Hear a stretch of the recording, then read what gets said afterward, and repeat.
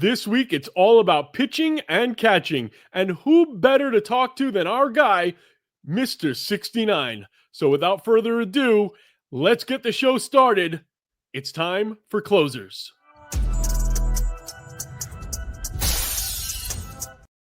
What's going on, everybody? Your boy James the Greek is in the house. And I'm joined as usual by Mr. 69, former Seattle Mariners closer, David Ardsma. TA, how are you doing, buddy?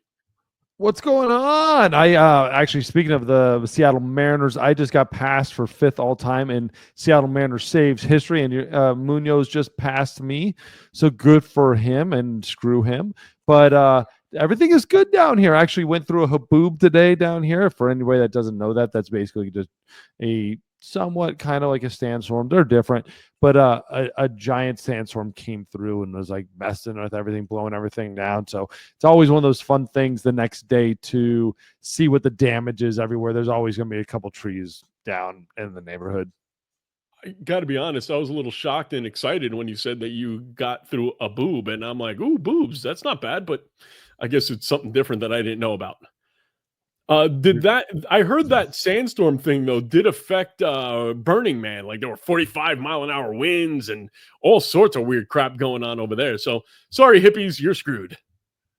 Definitely a little different. We're like whatever, a couple hundred miles away from there. But yeah, that's the haboobs when they go through there, man, they mess everything up. I agree. All right, speaking of messing everything up, let's start talking a little baseball. And oh man, is our boy Zack Wheeler messed up right now. The latest news says that he has thoracic outlet syndrome, has gone under the knife, and probably will not be ready for the beginning of next season. So let's get it started right now with this season, David. What do you think the Phillies are going to do without Wheeler? He has been an exceptional playoff performer in his career. Can the Philadelphia Phillies contend for a World Series without Zack Wheeler? Well, exceptional playoff performer, but in all reality, this year he was an absolute stud, absolute cog in that piece of that rotation. One of the best rotations in all baseball, the third best ERA in all baseball from a starting pitching standpoint. 4th in WHIP, 2nd in walks per 9, 1st in strikeouts per 9. I mean, 3rd in home runs per 9. This whole entire rotation was just on cruise control with Zack Wheeler in the driver's seat. It's going to have a lot to do now with Christopher Sanchez. Jesus Luzardo is going to have to step up. Taijuan Walker has been great. Aaron Nola's really been struggling, but then you have Ranger Suarez just behind them, just absolutely dealing. So it's going to have to take all of them stepping up, especially Aaron Nola. This is going to be Aaron Nola's time to shine. He's basically been every time, like his entire career in Philly has been basically with with Zack Wheeler. So now this is his opportunity to have his own time. Do I think the rotation can survive? Absolutely. Do I think it can even thrive? Yes. But when it gets time to playoffs, when it gets time to the lights are on, it's a little bit brighter, this hurts. This really hurts the Phillies. And I'm not going to be one of those guys on MLB Network Radio or MLB like TV. Like you watch them and they're just like, oh, right, raw Phillies. It's got to hurt.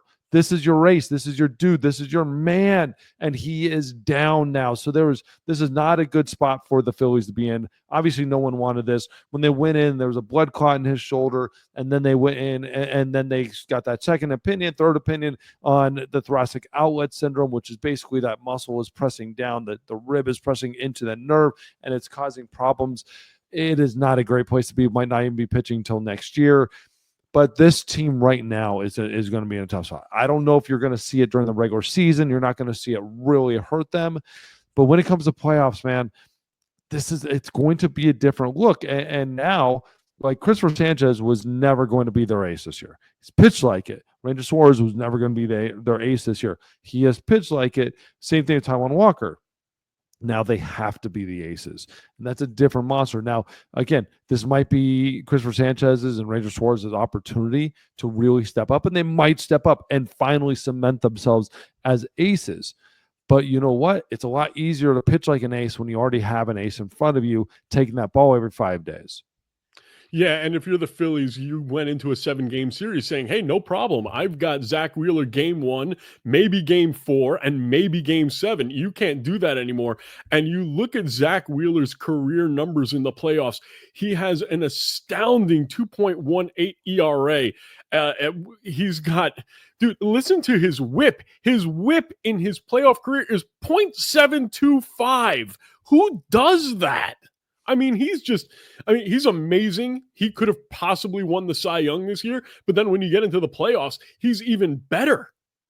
Yeah, and it's not like he just had like one playoff series that cemented this or something. This is consistent. He had 35 innings pitched, 27 innings pitched, a 7. Obviously, didn't go as far last year as they would have wanted, so only had the 7 innings pitched in the one start. But the numbers are there. The numbers back it up. Like this is a monster loss, and you're not going to see those type of things. Like you can't rely on a Sanchez, Luzardo, Walker, Suarez like you could with a Wheeler. Now, Aaron Nola obviously has a lot more experience in that playoff time. Talon Walker has experience. We know that. But it's a lot different when your ace is starting that day 1, game 1, starting the series. You win the NL East, and you're sitting back waiting for a team to come to you, or maybe you're having to play that wild card game. It's a whole nother monster than without Zack Wheeler. I think they can survive. They can make it through this. They can win a series. That offense is just thumping too. Let's not forget about that. Second in average, 10th in home runs, which is kind of crazy with the way that offense is built with Trey Turner and his opportunity for home runs, Schwarber and Harper, even like Real Muto, Castellanos. They have thump in that lineup. They haven't had the type of thump we've seen from them in the past. Schwarber is just destroying it, but the other guys are not. They only have one other guy in the 20s in that ballpark in that NL East, which is kind of crazy because they're used to having big time home run hitters. But second in average, fifth in OBP, fifth in OPS, ninth in runs, seventh in stolen bases. So they're winning baseball games in a lot of different ways. So now, but when we really want to talk about this, we got to look at that rotation and look at that bullpen. One thing we talked about was how important bullpens are in Major League Baseball for the playoffs, and that bullpen is still 24th in the ERA. I know they had a little, some upgrades at the trade deadline with David Robertson and Duran and bringing them in, which are monster deals, and they have pitched absolutely lights out the way. How David Robertson still hadn't gotten picked up, it's beyond. But Duran was the one of the biggest deals at the trade deadline. Has incredibly solidified that ninth. Duran bringing him in is the exact opposite of, or basically exactly the same, but the opposite of what Zack Wheeler would coming out of a rotation, right? So Duran coming in allows Alvarado, David Robertson, Strom, Kirk, even a Banks guy, to set back and not have to be so stressed out, not having to wait on the world. Even a Jordan Romano can step back and just relax a little bit and pitch. Kind of like the rotation. When you have a Wheeler, the other guys can pitch and don't feel like they have to win every single game and can just pitch. Now without him, that's going to pressure on those guys. It's going to add pressure to the bullpen. We're going to see how the Phillies end up. The only thing I worry about for the Phillies is if they go on a little bit of a losing streak, they don't have that stopper. And that's what they have in Zack Wheeler. That's what you have when you have a true ace. You have that guy who's going to end those 4, 5, 6 game losing streaks. And now they don't have that. You mentioned Aaron Nola earlier. Very interesting thing happened the other day or last week, something like that. Aaron Nola hit 94 on the gun. It was the first time since April that he got up to 94. So it's a good time for him to be getting his velocity back a little bit. Yes, that's a very good time. And I didn't know that about the 94, but I don't doubt it. And the way the numbers kind of been going, you're definitely going to have this type of season where you're on that downside. There's no doubt. You don't have a 6.5 ERA without having some numbers being down. That's great for him. Hopefully he can continue that. That would be a perfect time to kind of pick up the velocity juice, and maybe something turns out to be correct. Now, I want to put aside the Phillies for a second. I want to talk about Zack Wheeler as a human being, as a pitcher. You've played with Zack. I've interviewed Zack. I like Zack. He was a Mets player, so you know that I'm always going to root for him. a little bit happy we don't have to face him potentially in the playoffs, but I certainly don't want to see anybody go down because of injury. However, Zach had said that after his contract is done, which ends after the 2027 season, that he was planning on retiring. He wants to spend more time with the family. He wants to help raise the kids, et cetera, et cetera. There are very few guys who've come back from thoracic outlet syndrome and have been close to what they were, if any. We saw what happened to Johan Santana. We saw what happened to Chris Carpenter, Matt Harvey. It's a death knell sometimes for some of these pitchers. If you're Zack Wheeler right now, how are you, knowing that you've already figured out when you're going to retire and knowing that, hey, now I'm going to have to work my ass off to just get back into playing shape and get my arm into some sort of playing shape to get back in there beginning middle next year, and then all I'm going to pitch is another year and a half, maybe 2 seasons. Is it difficult for a guy like Zack Wheeler when I'm not saying that he's checked out, but he knows when he's going to go, and now he's got to ramp himself up to get back to that point? Is it more difficult? Is it more difficult? Without a doubt. It's hard, but this also might be, it can go one of two ways. It can go like where you start kind of coming back, you're going for it, but you're not fully bought in, right? Because you were already kind of halfway out. Mm-hmm. Or it could go the opposite way where you completely decide to go out and you're done, there's no point. Or it might be that fire on his ass. He says, screw this, I got this, I want to come back. Yeah, there haven't had a whole lot of guys that have been able to come back from this and have a lot of success. But there is a list. There have been players. There have been guys that have had, had the blood clot and be able to come back. And you know what? If there's someone right now, Major League Baseball, with the ability, it might be him. I want to compare 2 players right now because they're both kind of winding down. They've both had similar careers. Who would you have rather had for their entire career? Would you have rather had Jacob deGrom or Zack Wheeler? I know the highs for Jacob deGrom are a lot higher, but the consistency for Wheeler and until now the durability. I would have had Wheeler. Yeah, I think so too. Yeah, because you know what, like Zack Wheeler at his best was definitely a step down from deGrom, but it wasn't this massive gap. But Zack Wheeler at his worst was a giant, massive gap from deGrom at his worst. And so, like, I would have taken Zack Wheeler in that scenario without a doubt. What was he like as a teammate? Great guy. Wonderful. Again, that was his rookie year. He had been traded over for the Giants. It was actually kind of funny I was first-round draft pick for the Giants. He was the next first-round draft pick as a pitcher by the Giants. So no pitcher had been in the first round by the Giants sent from me to him, which was kind of cool, which was actually a very long time in between. And so that was really neat. So we kind of had a connection there. But again, when I played with him, he was a young guy trying to make his mark into Major League Baseball. I was an old guy, had already done that. And so it was always great. He was always wonderful, but he was trying to do his thing. And I get it. When you were watching him, when you were seeing him on the mound, when you were seeing him, do his work before the game, did you say, this guy's got it, he's an ace? No. Really? Nope. No, because he wasn't. Okay, he wasn't. He is an ace right now, yes. But he was not an ace at that time. He was just trying to figure it out. He was just trying to figure out like what he was, where he was.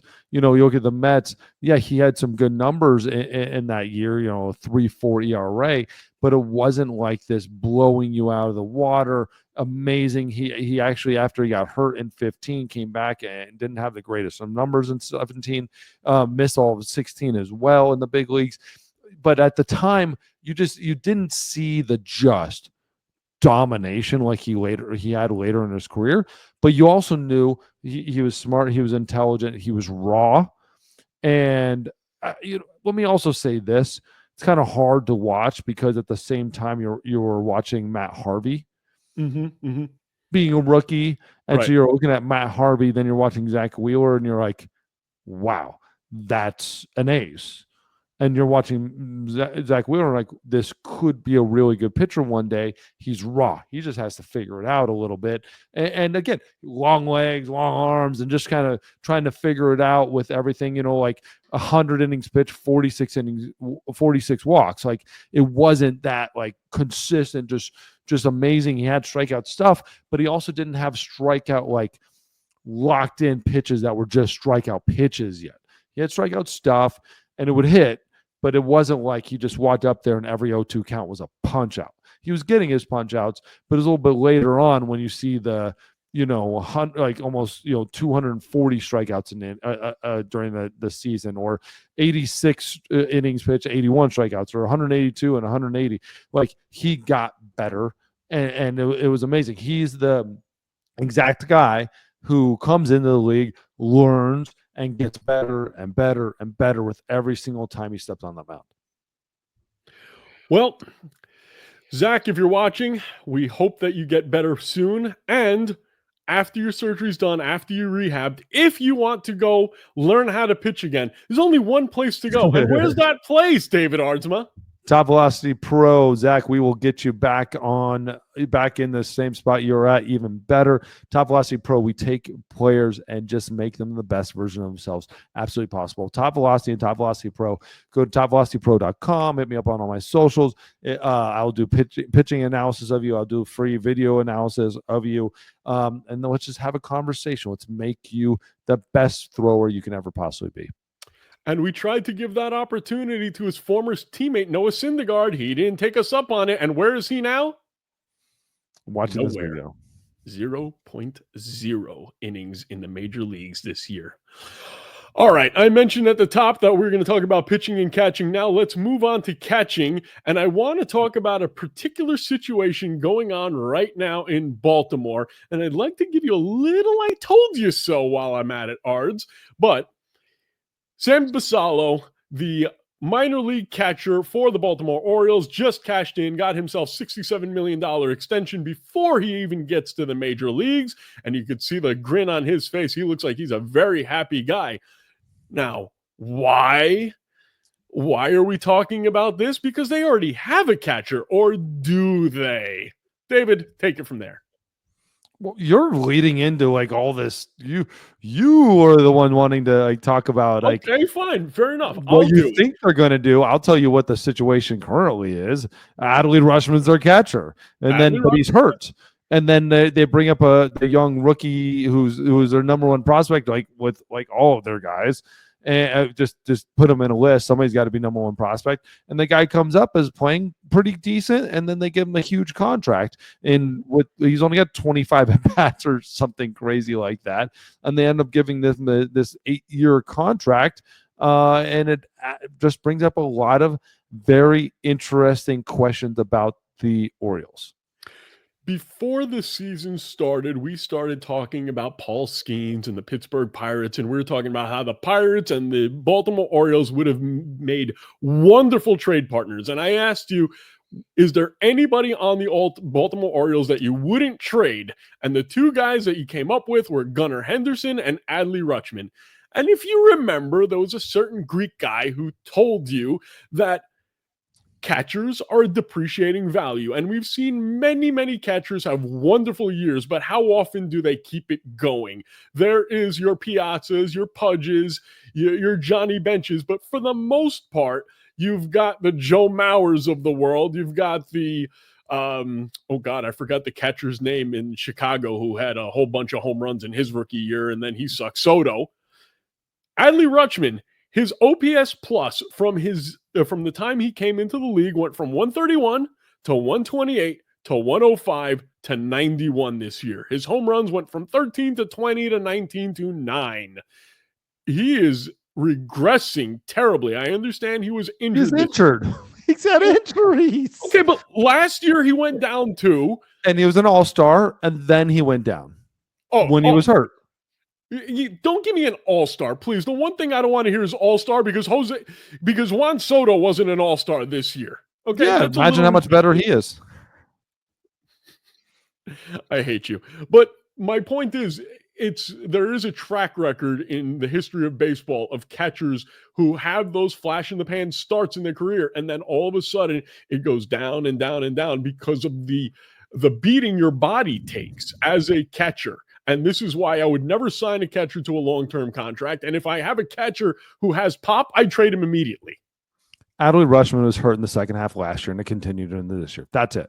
Adley Rutschman hit 275 in the first half last year with a 441 slugging and a 780 OPS.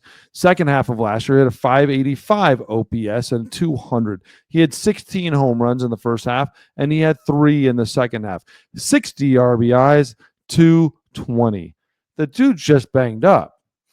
Okay. So that's Adley Rutschman, no matter what reason, but he's banged up. He had injuries or something. Got to figure out. Same thing happened to Corbin Carroll. Figured it out, and he's incredible again. So there's a lot of things to go there. I don't think it has anything to do with Adley Rutschman being like losing it for what it is. I think this whole team sucked this year. Everybody's had down years basically, and it's absolutely a nightmare what they're doing. What I don't get, and here's my problem with it, is you are now investing in your young players without knowing they're any good yet again. And so instead of going out and taking the young prospect and getting a lot of value for him, they're going to trade Adley Rutschman when he's hurt and the lowest value he's ever been. Well, so you're going to get the least you're ever going to get for Adley Rutschman is right now, because what are they going to do? Hit the trade market and be like, "Ooh, check out Adley Rutschman. He's so good," and everyone's going to look at him wonderful. So you're starting catcher, right, for the next 8 years, and they're like, "No, he doesn't have a position actually." Yeah, and so like they're doing the exact opposite everybody should be doing. If you didn't see Adley Rutschman as your starting catcher of the future, you should have traded him at the deadline and been blown everybody away and gotten the house for him, and then immediately bring up the rookie and sign him to an 8-year deal, make catcher of our future. You just signed the catcher of your future after you had the catcher of your future on your roster.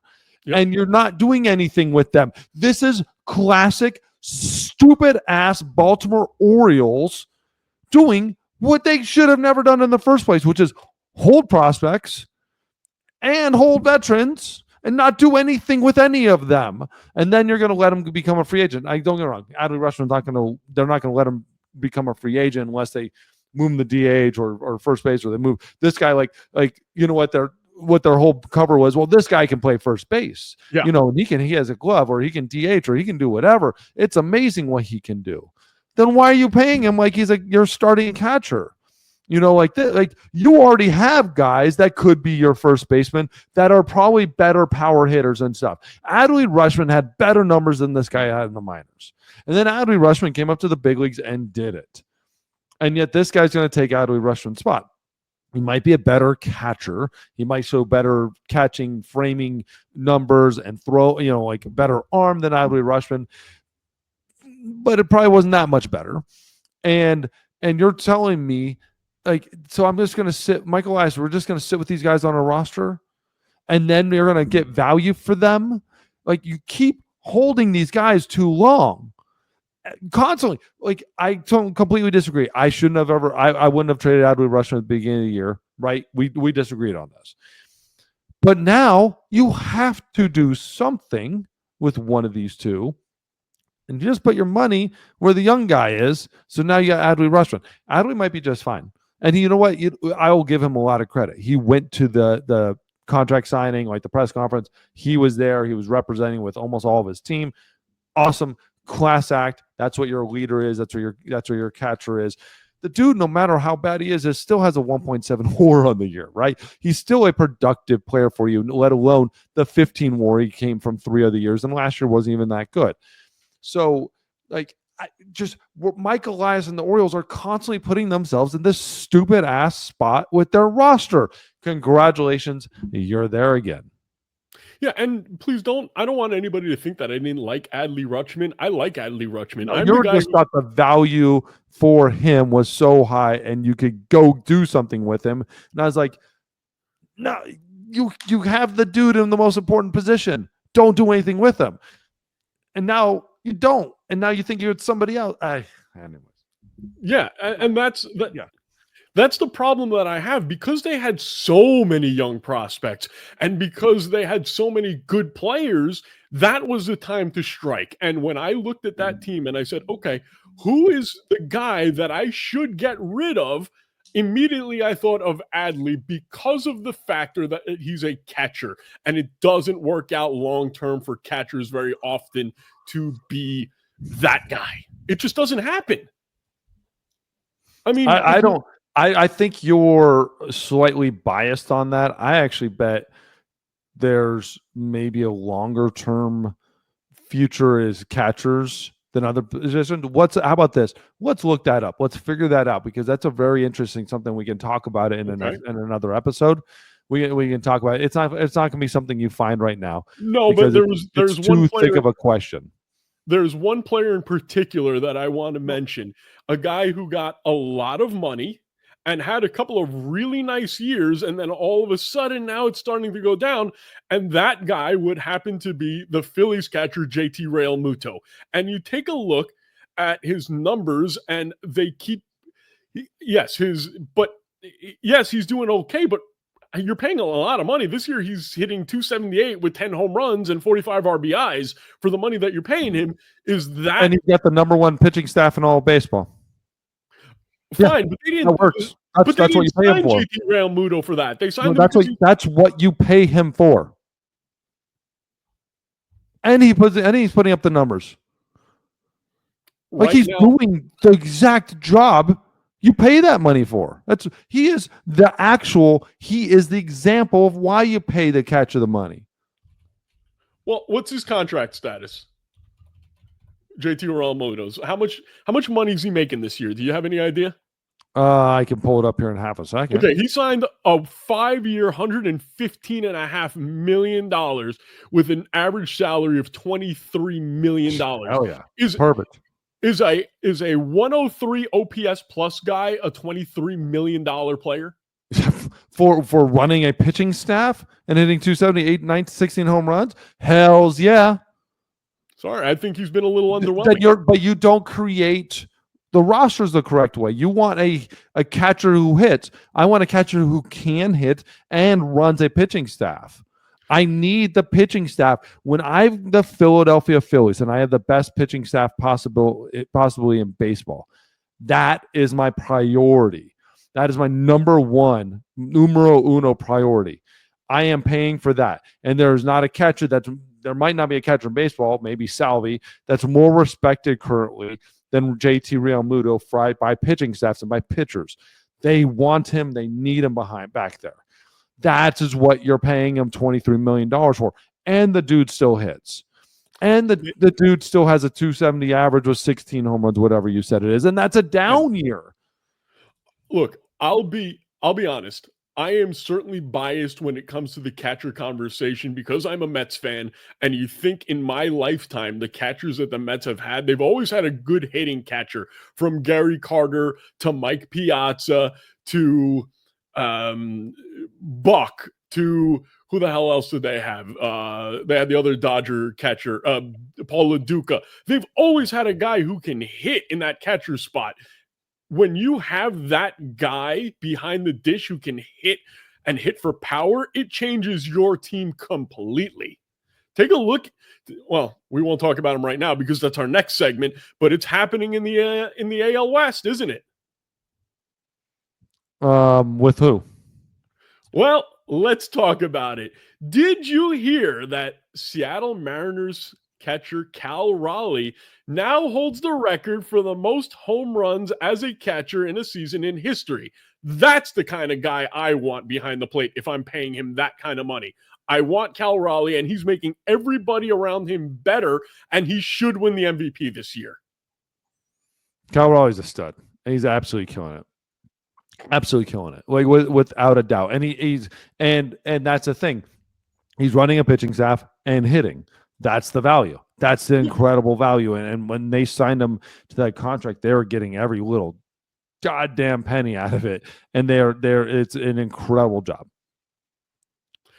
But guess what? At the end of the day, based on the contract that he has and the value that he has, I would actually consider trading Cal Raleigh because I see the value. But knowing the way I like to construct a team, I would never do it. But he is a prime candidate to trade if you like getting people at high value, because I don't think he can keep this up long term. He might be able to keep it up 2-3 more years, but after that, his body's going to have to break down. Why is his body having to break down? Because it happens with every catcher. But like you're just throwing that out there. Like catchers actually have one of the lowest attrition rates in baseball. That's why I wanted to look it up. And it's by attrition by position. It's one of the lowest positions in baseball. I am going to break out some numbers next week. We're going to continue this conversation next week, but I do want to focus on Cal Raleigh right now because this is there's a great article, attrition by position on Baseball Perspectives. How long do players at each position last? This will be a fun one to look at. Yeah, I'm not saying that they don't last, but their power doesn't last because what are they doing? You're saying you break down. That's lasting. But they beat up their legs because they're freaking crouching all day, and you know that your power comes from your lower body, not from the top. Okay, I'm just saying. All right. Well, I'm going to bring saying numbers might not be backing it up. Opinion versus the numbers, and let's look it up. Let's dive in it. This will be a fun little, maybe we do a short on it, whatever. But like a guy like Cal Raleigh, you bring up another conversation that might be interesting. Should the Mariners in the offseason consider trading him, or next year consider trading him? I don't think so. I think he's out there. He's doing his thing. He has become a core member of who the Seattle Mariners are. You want to kill a fan base, like take that, like they are behind him. That's like trading Felix at his peak. Yeah. If you want to see Carlo jump the wall and beat up somebody on the field, trade Cal Raleigh. Because speaking of Carla, might lose I actually need to message Carla and tell her thank you so much. Carla, you sent me the Ichiro Hall of Fame. I've got it in my background here, and the Ichiro the Funko Pop. Got it. Thank you. I want to make sure I throw it out there. I'm a bad person by not messaging him.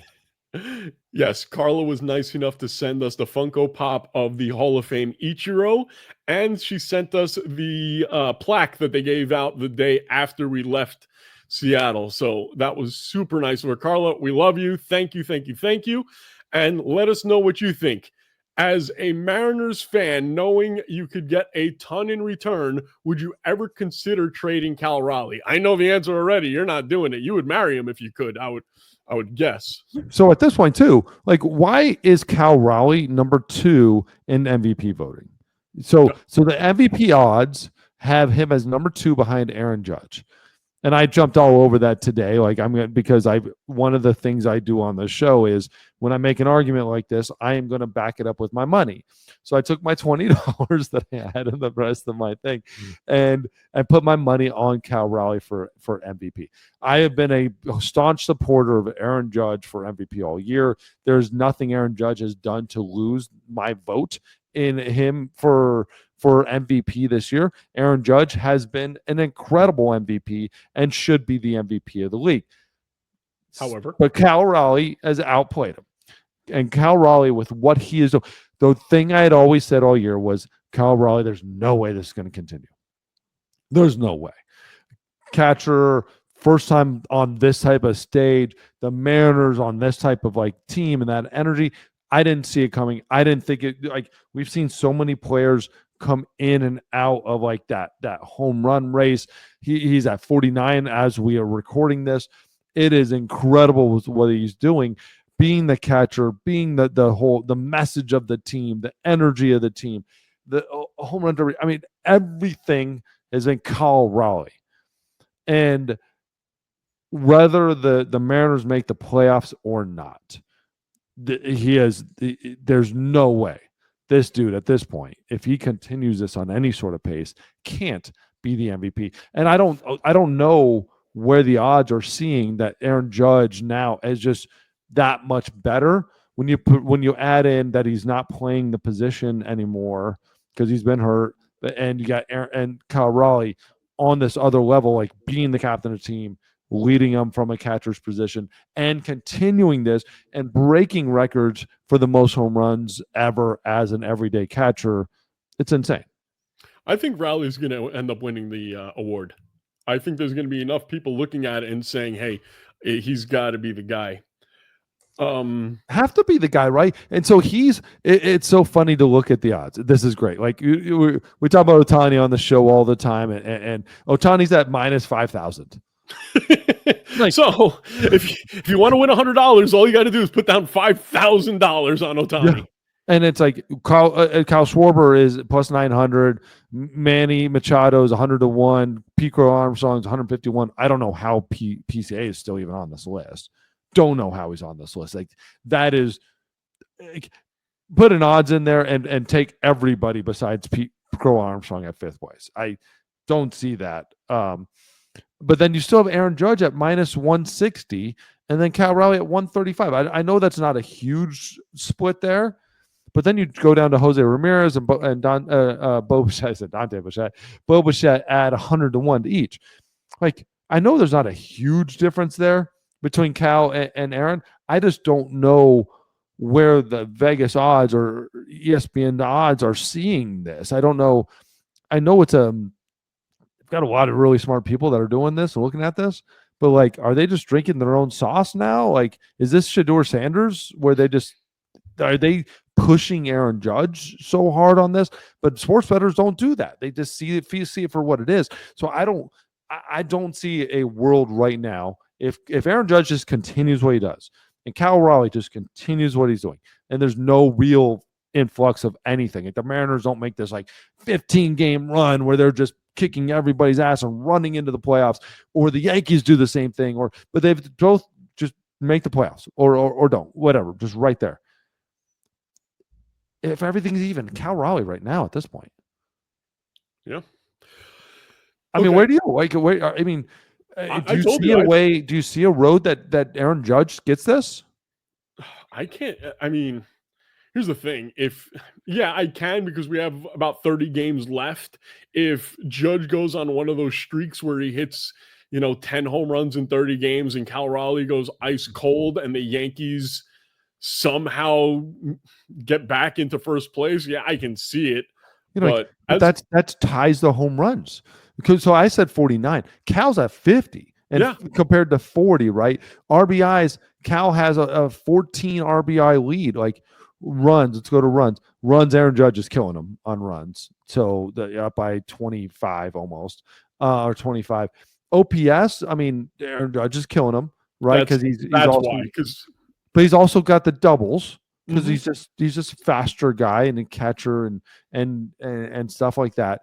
But it's the catcher, it's the position. It's like you've never seen this. This is historic. Like, we talk about the historic seasons. Aaron Judge had a historic season last year. Ohtani had a historic season last year. You're talking about what's his name with the Braves? Acuna had a historic season when he went 40-40. Like, historic things mean something in this game. Yes. And Cal Raleigh is having a historic season as a catcher. I get the 250 average isn't going to blow you away, and that's really I think a lot more of the difference maker is that, like, the normal at bat isn't a base hit for Cal Raleigh. He's not on base, where Judge is on base every single time. And an entire offense is based around Judge. But you take Cal Raleigh out of this team, the Mariners are nowhere. Nowhere. Even say the same thing for the Yankees, though. Without a doubt. But you're nowhere on two levels. I'm just now, like, again, I have been an Aaron Judge fighter. This isn't Aaron Judge losing anything. Aaron Judge is still having an incredible year. But Cal Raleigh is winning this damn thing, like, every day he plays. And when we went up to Seattle, we saw that crowd, and like, it's a beast. Yeah. Yeah, they're going crazy out in Seattle. And I said I had never been at Citi Field having energy like that we did on a random Saturday night. Granted, it wasn't random. It was Ichiro's retirement. But still, it wasn't a playoff game. It wasn't against, their rival. It was against against the the Tampa Rays. Bay. It was the Rays. And no one ever goes out to the Rays game. I've been in Yankee Stadium and I haven't felt that energy before. And so that's a special thing. And I guarantee you go to the Bronx right now, you don't have that type of positive energy and that excitement for a team, but yet they keep freaking crushing like the way he's playing. And it's crazy. Like this team might not make the playoffs. Again, a lot of things would have to happen, but they're a game behind the Yankees. Like, what if we catch the Yankees? And they're 2.5 back behind the Red Sox, or a game and a half behind the Red Sox. They're right there. Yeah. Okay, so I just want to ask you though, does this one season put Cal Raleigh? Obviously, it's a record-breaking season. Does this put him? It's not going to put him in the upper pantheon of catchers. However, this season does put him over there. Where does this season rank in your mind among catchers? Like, is this as good as Piazza's seasons? I personally don't think so because of the high batting average. Where do you put him in the grand scheme of catchers? I mean, to me, this is way better than the season that Joe Mauer had, which basically got him $210 million for no reason.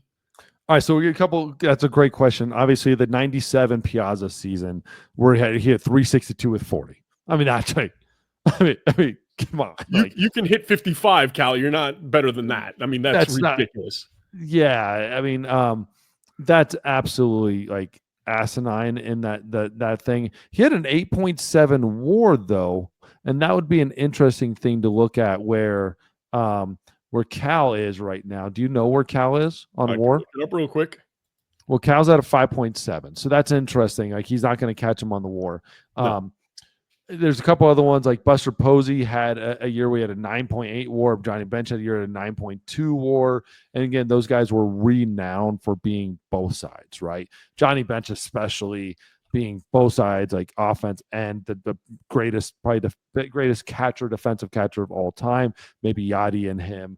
And then Buster Posey's right there too, and being like a captain of captains and three-time World Series champion, everything that goes along with that. So there's a lot of really incredible years. Like Gary Carter had some great years. Obviously, we get back into like the Josh Gibson conversation like that. There's gonna be a whole nother contingent of people fighting for that, which I don't doubt like what he could have done in the big leagues. But I think if he keeps going and if they will themselves in the playoffs and they start winning something and make like he has to be in a conversation. It's also looking at the game today, like a 250 average is pretty decent today. It's changed, right? Like the game has changed how we look at average, but you still got to look at an OPS of a 950 and go like a hot god damn. Like second best in the AL. Mm-hmm. Okay. And yeah, third in the league in OPS, and that's out of the catching position. Like, would you rather have, I'm not going to say overall, but their offense, would you rather have Cal Raleigh at his best or Salvi Perez at his best? Right now, Cal Raleigh. What he's doing right now. No, I'm talking at their peak. You would rather have this Cal Raleigh over. You only brought up offense. Yes. This Cal Raleigh's offense is like, again, he has the most home runs all time as an everyday catcher. Like that is the offense. The reason I bring it up is because Sal Perez had a 48 home run, 121 year with a 5.3 WAR in his career at one point. Yeah, and so he's already passed the WAR, right? And he's got, again, he's passed the home runs, which is amazing, absolutely amazing. And then I'm sure Salvi's average was higher too. 273 that year. We have a month and 10 days or whatever, a month and 6 days to play. Like these numbers aren't going down, and he's going to be over 100 RBI. He's going to be at 120, 130 RBIs by the end of it. Yeah, and this is the reason why he has to win the MVP, because you can't find many catchers who have a better season than this. So you have to reward it somehow.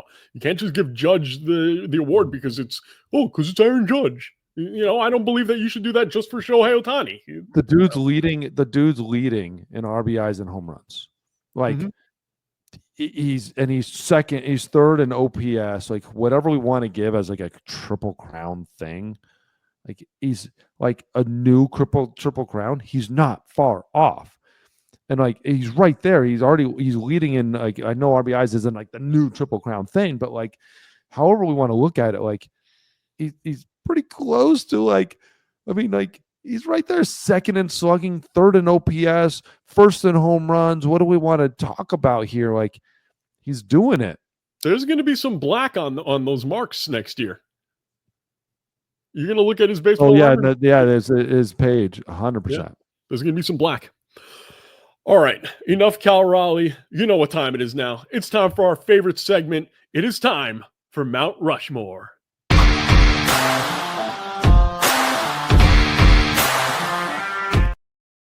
I kind of like the new design on the Mount Rushmore that Alex Can did. I see They it kind of look again? like little bobbleheads.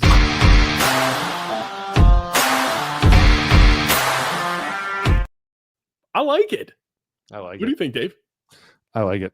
All right, let's get it started. Who is your number one player on the Toronto Blue Jays Mount Rushmore? I love doing this one. This one, obviously a little bit to my heart, being that I worked for the organization, played for the organization. I got a lot of problems with this list, by the way, before we get started, just FYI. You can have as many problems as you want. You've got All other right. problems. I do have many problems. This is true. My first one, again, this isn't in order to the best or the this is just four, is Dave Stieb. Dave Stieb, the man who started his career with Toronto in 1979 and played with those same Blue Jays all the way until 1992, until he had a little time, just a tiny little bit, with the Chicago White Sox to end their career. And why would you end your career in the South Side? Just retire at that point. Call it a day. Well, he ended up coming back. 93, he ended up pitching in 98. Again, oh, I'm sorry. I didn't even see 98. Wow. 5 years, bro. Oh my God. Yeah, did not play 94, did not play 95, did not play 96, did not play 97, and then came in for his age 40 year with Toronto in 98. Good call. I didn't see that, Ards. Why did you pick Dave Stieb as the guy? 15 years with Toronto Blue Jays. He is the Toronto Blue Jay leader in wins, innings, strikeouts, CGs, shutouts, 7-time All-Star, led the league in innings twice, led the league in ERA in 85. And his entire page is all whole, a lot of little black in there. Hit by pitch is also one of the black that is the most, which I love. The back in the era when it didn't give a fuck, hit a guy, and I loved it. But you establish in MVP 27 and Cy Young number 4, Cy Young 7, Cy Young 7, Cy Young 5. Again, he is, when you're talking about the Toronto Blue Jays, you talk about pitching. Like, there's another name that's going to jump out because he is more recognizable. Pat Henkin. This is the name of the pitching in Toronto. He is actually it. He just doesn't get that recognition across the league the way the next name would get. But he is pitching in Toronto when it comes down to it. You talk to any guys that played, and they're like, Dave Stieb, dude. Dave Stieb is the man. I just remember getting all of his baseball cards when I was a kid and being like, I don't want this guy. I want Darryl Strawberry. I want Ron Darling. Yeah, like this guy's a dork. Yeah, like kind of whatever. He just looked like a dude. Like he looked like your dad's friend. And you're like a dude that I see at the hardware store. Yeah, like a little too often at the hardware store. He's just kind of there. He was hanging out at a Blockbuster a little too much. But like but that was the look back then, and the dude shoved. At the end, the dude just shoved. 176 wins, 137 losses, a 3.4 career ERA. The dude he was a man. Okay, you mentioned there's another pitcher on this list, and I'm going to assume that pitcher was Pat Henkin.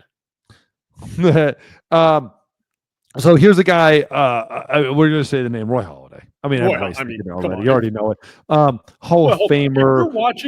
If you're watching this show, and we said another pitcher, and you didn't think of Roy Halladay, just stop watching because you have nothing to do with baseball. Yeah, Royal man. Roy Halladay, 2-time Cy Young winner, 8-time All-Star, Hall of Famer, has thrown some of the most magnificent games in Major League history. One of the most well-known pitchers, like Doc. The thing about it was he was great as a Blue Jay, and he was incredible in his short time as a Philly. And that's the only thing is like he had a couple of his best years as a Philly. One of his Cy Youngs was as a Philly, 21 wins, 19 wins as a Philly. He had some great years as a Blue Jay. It's those just leaving and not having those years as a Blue Jay is the only reason he doesn't have all the Blue Jay records. And that's the thing. This is about the best player as a Blue Jay.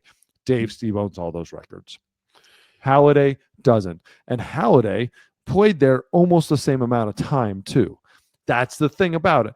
Halladay played there almost the same amount of time. Stieb has a 57 WAR. Roy Halladay has a 48 WAR. Like, as a Blue Jay, he had the same ERA, 148 inning or 148 wins, and Dave Stieb had more wins, right? Like 176, and 175 of those were as a Blue Jay. So you might walk away with a Cy Young and be like maybe even a better pitcher. Let me say this: Roy Halladay was a better pitcher. 100%. Roy Halladay wasn't a Blue Jay quite long enough to beat Dave Stieb as what I would say was number one. That's just the facts behind it. And like, if Roy Halladay didn't go to Philly and do what he did in Philly and throw the no-hitter and just dominate again, him and Dave Stieb would have just been, he would have been Dave Stieb if he just stayed in Toronto. I know we're talking about the Blue Jays, but Roy Halladay was part of what I believe is the best 1 through 5 rotation in the history of baseball. Listen to this rotation in Philadelphia that they had. Roy Halladay, Cole Hamels, Joe Blanton, Roy Oswalt, and then you can pick Kyle Kendrick, Jay Happ, or Jamie Moyer as your fifth. Good Lord. Yeah, and it was incredible. And they were all having great years, and they all pitched, and that was like prime for a lot of those guys. Absolutely incredible. Let's go through some of the numbers. Obviously, Cy Young winner in 03 with the Blue Jays, 3.43 ERA, 148 victories. And this is exactly like if Dave Stieb hadn't done what he did, he would own all the records, in Toronto. But again, I'm not necessarily ranking them 1 or 2 who's better, but within Toronto, Dave Stieb is generally recognized as the grandfather of pitching, and Roy Halladay is the father of pitching. Mr. Toronto. Okay, up next, you have an outfielder on your list, a pretty good one who hit 50 home runs at one point, Jose Bautista, Joey Bats. Joey Bats, the most famous bat flip in Major League history, and then the most famous right hook in Major League Baseball history. Just changed what baseball was in Toronto in the 2000s and was a massive a part of it. He was a dude that was just like a guy, and then he ended up just hitting full stride when he found his time in Toronto and just hit the ground running. That 2010, 2011 time in his career, and then all the way till towards the end, like 15, was just absolutely dominant. One of the best players in the game, easily one of the most feared home run hitters in the game.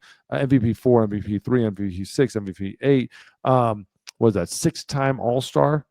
And just all during that like short period of time, but just so memorable for the moment and stepping up to the plate in the huge moments. And like him and Encarnacion in that lineup, like back to back when they were just crushing teams, was just so fun to watch. Like Russell Martin, Jose Reyes, Josh Donaldson, Encarnacion, Bautista, like that core in that lineup was just ridiculous. Kevin Pillar in center field, just covering everything and catching everything. Part of some pretty amazing teams. And if you have moment, you have some time and you've never seen it, and just watch, I believe it was 2015, them versus the Rangers in the ALC or ALDS, whatever that was, ALCS. Watch the entire inning of Jose Bautista with the bat flip. But don't just watch the Blue Jays. You have to understand that you have to watch the Rangers at bats and watch what happened during the Rangers, because the Rangers started scoring runs, and all the fans started throwing everything on the field, they almost suspended the game. They almost forfeited the game because of the crowd in Toronto, and there was a bloop single or something that the umpires, it became a huge deal. And then Toronto came up and had the massive comeback with the bat flip heard around the world. And so there's never been like a full inning quite like that. And for that moment, it was just insane and intense and incredible. All right.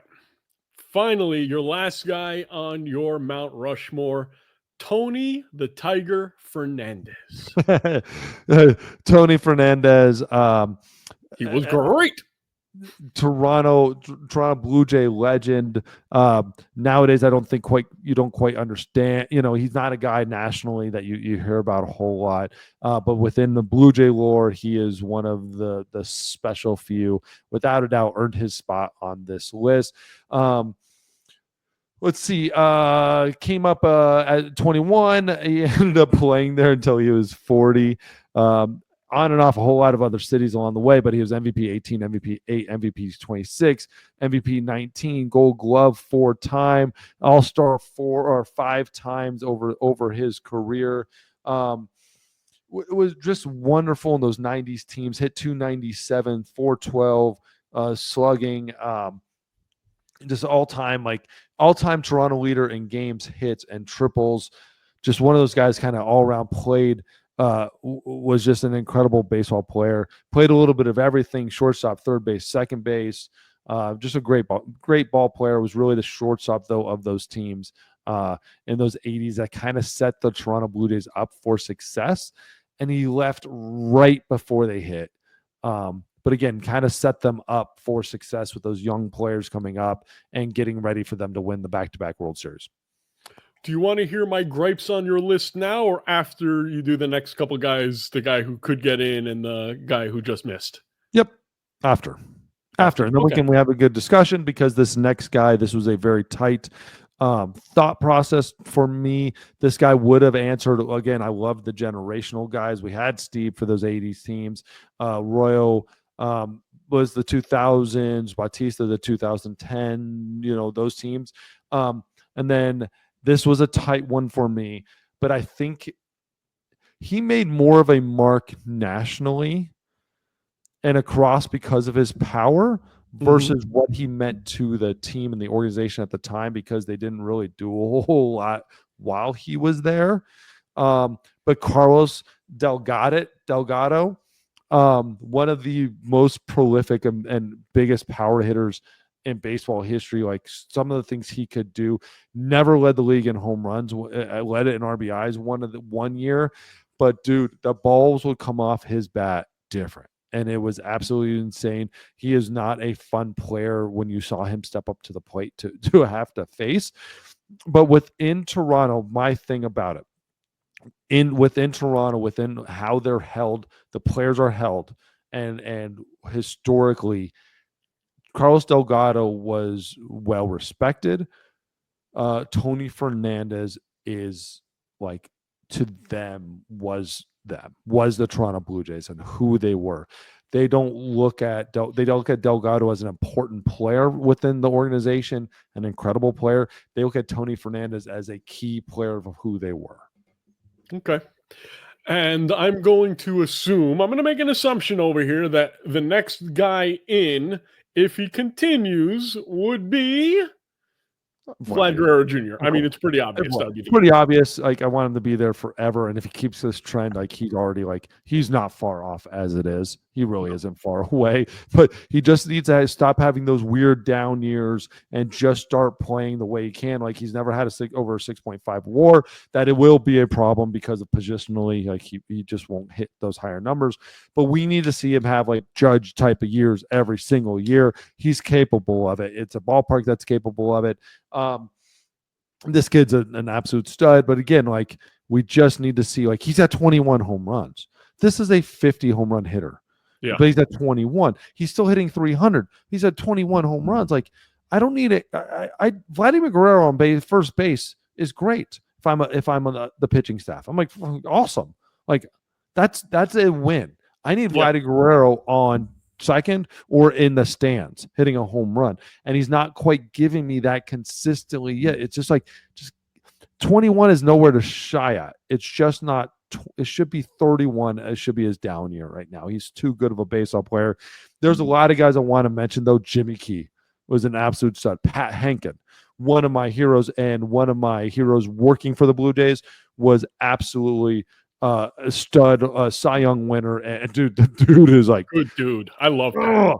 The dude is just like guts and just like love it. And like you look at a picture of him and he's just like all the time. I loved him. I loved working with him. I love talking to him almost every day with the Blue Jays.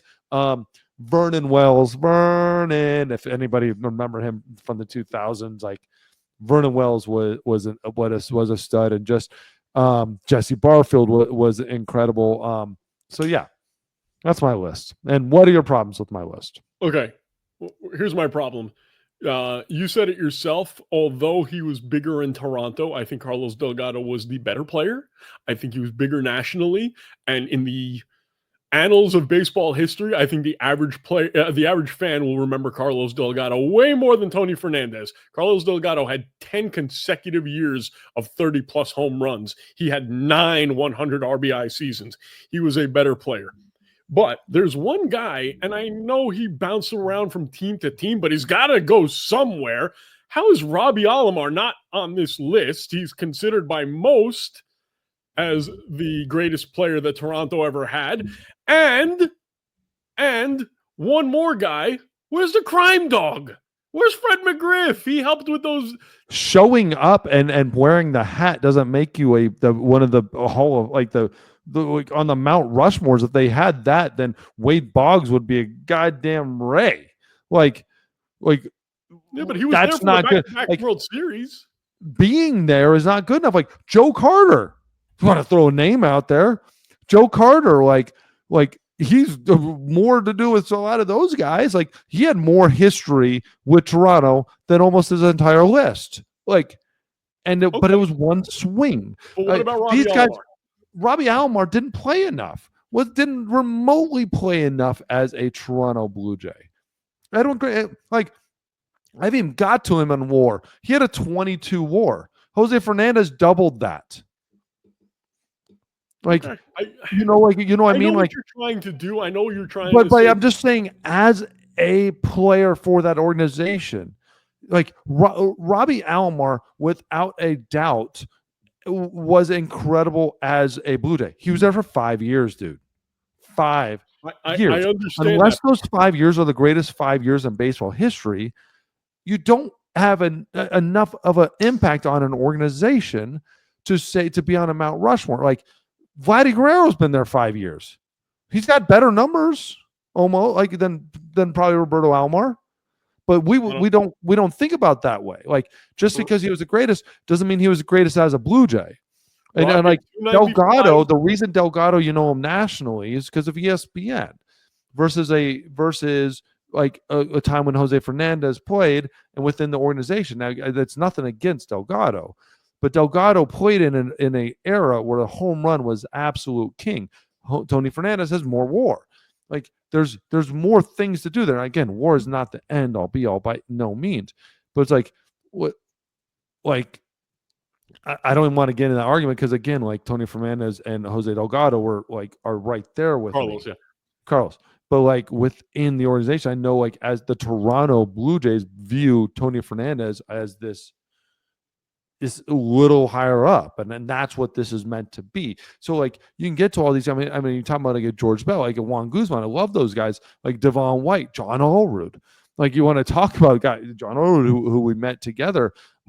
Even Edwin Encarnacion, like these guys, but they were flashes in the pan in Toronto. And they were also great at but a lot of people would also say even Roberto Alomar, like remember him from Baltimore or Toronto or Cleveland. There's people there that are also say dude, like he almost played there probably the same amount of time, right? He played 3 years in Cleveland. He played 5 in Toronto, but in Toronto, 295, 310, 326, 306, 300. I mean, he averaged 307 with 55 home runs. Was his career. All-Star MVP 6, Gold Glove. Next year, All-Star MVP 6, Gold Glove, Silver Slugger. All-Star MVP 6, Gold Glove. All-Star Gold Glove. All-Star Gold Glove. I mean, but then he left and played in Baltimore for 3 years. Then he left and played Cleveland for 3 years. He played longer the next 6 years than he ever did in Toronto. And he was the same thing in those places. This is about greatest in Toronto history. He played 5 years. You're nowhere near the list. Okay. I see your point. For me, I think you have to be a better player to be on the Mount Rushmore rather than be there for 15, 20 years. You have to be the better player in that organization. You don't get to just show up for 5 years, leave, and be just as good everywhere else. And but you know, like he played 17 years and 5 of them in Toronto, and we're calling him the greatest Toronto, like one of the 4 greatest of all time. He wasn't. Okay, but he's got to go somewhere. He deserves to be on somebody's Mount Rushmore. Nope. No, he doesn't. Don't play long enough. And quite frankly, part of the gig. He was in Toronto more than any other team that he was on. He was there 5 years. He wasn't anywhere else for 5 years. Great. Good for you, man. Wear it in the Hall of Fame. But like that's the thing about it is he left and went to San Diego, went to the Mets, went to sorry, I was looking at Jose Fernandez. No, he went to but he went to these teams. Just because you're a Hall of Famer doesn't mean you get to be on a Mount Rushmore of a team. You played a whole lot of places and you did great in all of them. You don't get to be on the Mount Rushmore just because you showed up there and you played the longest of your career there. 5 years is not long enough in almost any of these teams' histories to be amongst the greatest of those players in that era. Like A-Rod didn't make the Mariners. That's because he didn't play there long enough. If he would have, he had been the greatest, arguably the greatest Mariner of all time. Do you remember what team we put Nolan Ryan on? Nolan Ryan was the Rangers. We put Nolan Ryan on the Rangers? I believe so. I can look at the list really quick. Yeah, if you can look at the list, because now I'm looking at Nolan Ryan, who we said belongs somewhere, and Texas, the Rangers, was the team that he was on the least, other than the Mets. Him against other Texas Rangers, and statistically jump out versus the other players. They don't have the players and the numbers within that organization to be able to say that he didn't deserve it. It's also comparing it to that organization's players. You can't just say, when you can't compare these two, because the Rangers didn't have the players that he wasn't a Ranger. So where is he? Was he with the Angels or Texas or Houston? Let's see, Los Angeles. So he's an Angel. The next Angel was Jim Fregosi or Shohei, who only played there for 6 years, and a couple of them were hurt. So so it's not necessary, and that was probably his best place he ever was too. So that's where he became Nolan Ryan. Yeah, the numbers also don't lie. It's not just because you're great. It's you had to be great with that team and greater than everybody else. I'm not saying Roberto Alomar is not a Hall of Famer. By far. Maybe he was the best second baseman of all time. It's just he wasn't there long enough to even compare to Tony Fernandez. And the numbers don't lie, because Tony Fernandez has better career numbers as a Toronto Blue Jay. He owns those records that Roberto Alomar doesn't own. So yeah, I'm with you, but I just think that Tony Fernandez's best couldn't hold Robbie Alomar's jack. But that's not the conversation. All right. Well, you know what?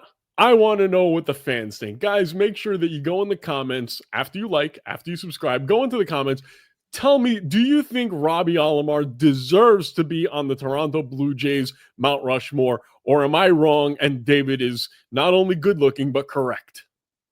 And with that being said, I'm going to sleep because it is late. I'm James. He's DA. We'll talk to you next week. Bye-bye.